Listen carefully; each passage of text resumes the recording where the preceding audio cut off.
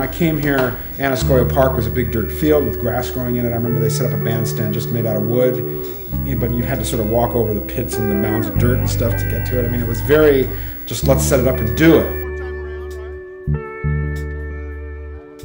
The 70s were a little mellower. It was a little more easy to just, you know, sort of live in the light of what we had felt we had attained rather than continue having to fight for it.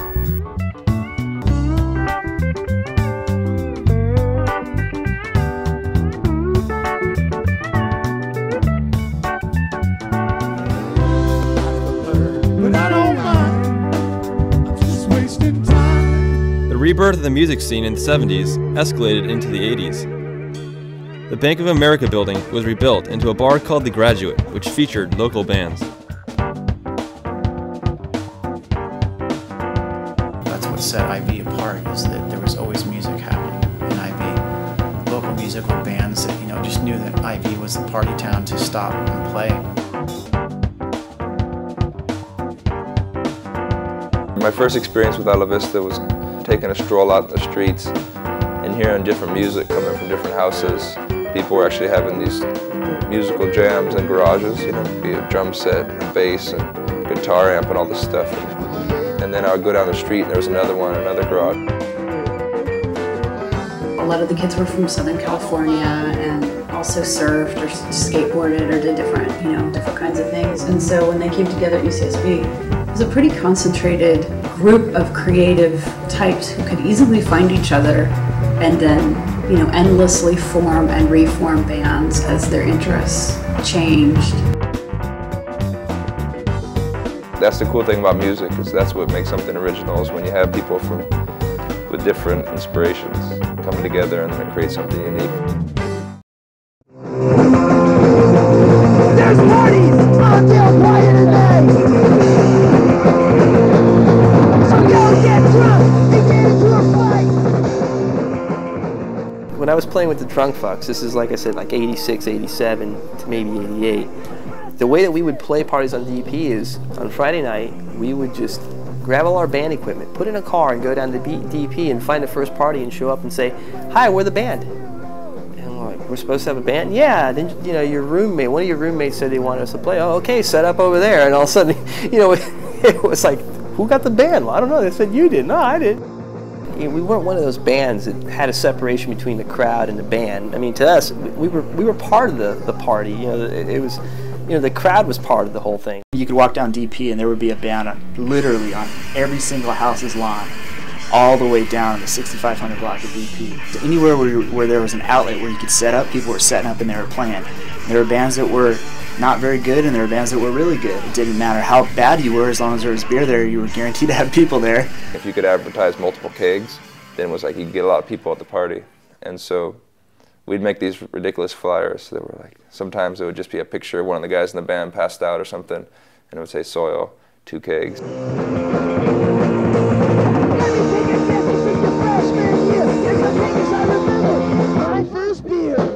Partying was taken to an extreme, building a reputation that made UCSB known as a top party school.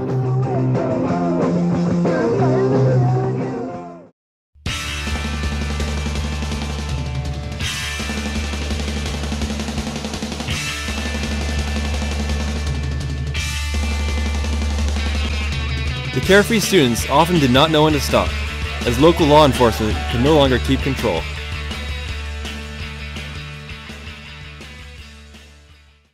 From what I hear, it's like you can't even play your radio past 9 o'clock, or they come and give you tickets. So it's like there's really no place to do anything. There's lots of laws and police and things like that, noise violations, ordinances. It's just, to me, it kind of stifles the creativity, because people want to play and they want to show their music off, but now you have to get to a certain level of sort of prowess if you want to play. Get out of here! Go, go, go, go, go! The venues that had been popular in the 90s are now closed. The building that was once the Bank of America was purchased by the university and changed into a lecture hall. Students now attend class in a building they had once burned down.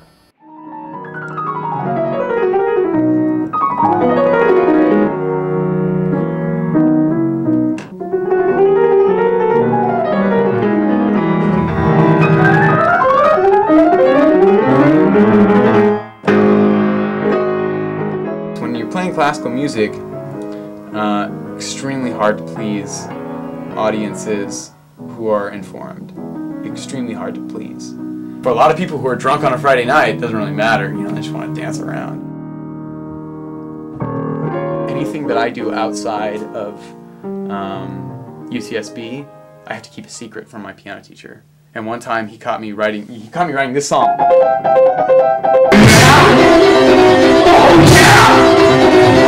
Flipped out, dude. He had a panic attack. He was like, what are you doing in here? This time is not for goofing around, you know? And you think you're getting somewhere right now, you're not. Like, I should tell your mother about this, you know? Like, I'm curious about your upbringing, you know? And like, do I need to teach you morals and ethics too? Blah, blah, blah.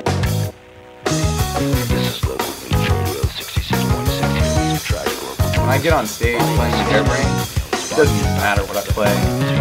Basically, like that forum, I don't have anything to worry about, you know? It's just like a completely free, open, recreational forum.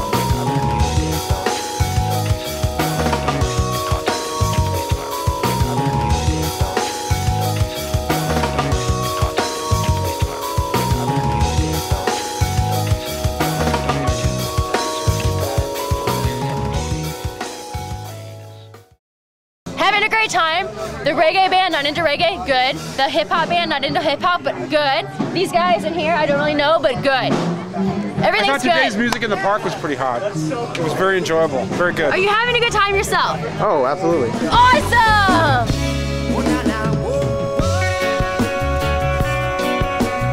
I love the music in Isla Vista. It just makes me so happy to dance and, you know, let loose. Last weekend there's 3 live bands. I went and saw them at 3 different parties, and they were awesome. Isla Vista is just great because there's no other place in California where you have this concentration of students.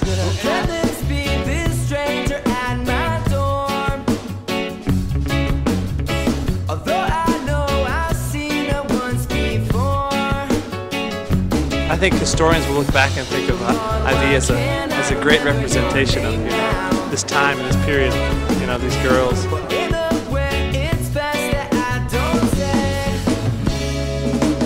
We need real music, whether it's hip hop or punk, whatever shit. If the shit good, play that shit. No techno though. Once again for the night.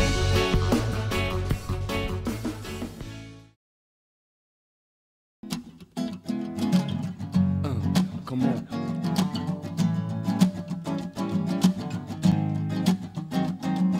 Sweeping the floors, open up the doors, yeah, turn on the lights, getting ready for the night. Nobody's romantic cause it's too early for dancing, but here comes the music. I think a bad 4 years of living in Isla Vista beats a lifetime of good living anywhere else, because how can you get over the fact that it's like one of the most beautiful places around?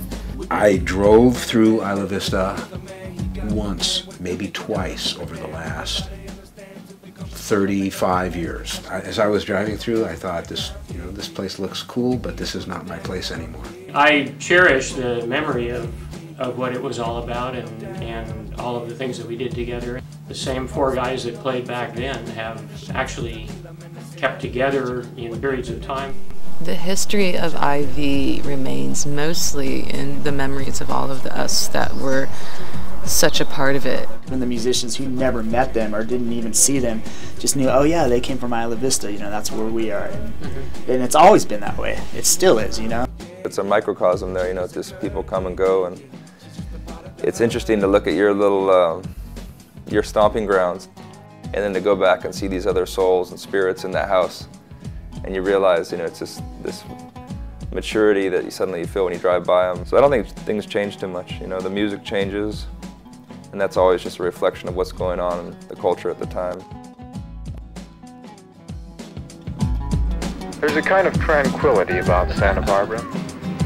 We like the feeling of open space and always getting a glimpse of the ocean. The buildings look as though they belong, and we know we belong to a student life and a tradition that will make the campus by the sea a bright, warm memory all the rest of our lives. Sweeping the floors, open up the doors, yeah, turn on the lights, getting ready for the night. Nobody's romantic cause it's too early for dancing, but here comes the music.